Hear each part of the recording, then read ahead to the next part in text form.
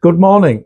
Quick question. Have you actually assessed what winter has done to your grounds? Or like many, are you just waiting for the spring growth to hide the winter mess? I think it's fair to say late February is one of the most important months of the year for site managers because what winter does quietly shows up loudly in spring and summer months. So right now, I think it's fair to say that the soil is compacted from saturated ground. The drainage areas might be holding water and moss spreads quickly in weakened turf.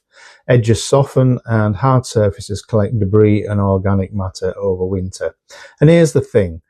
When growth kicks in, it masks the underlying problems. The grass shoots up and everything looks green and fine, but underneath, the structure can still be struggling.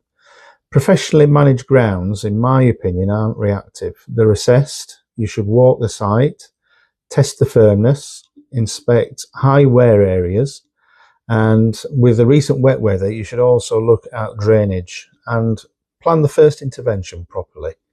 Look at decompacting and aerating the grassed areas as soon as the ground conditions allow, because it's too wet at the moment. Clear winter debris from hard surfaces such as curb edges and paths so they don't become slippy.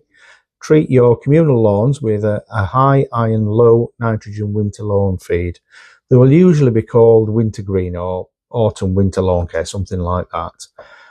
They usually contain iron sulfate, which will kill and blacken the moss, while the potassium in there will strengthen the root system. It's ideal for wet weather, and boy, have we had some wet weather.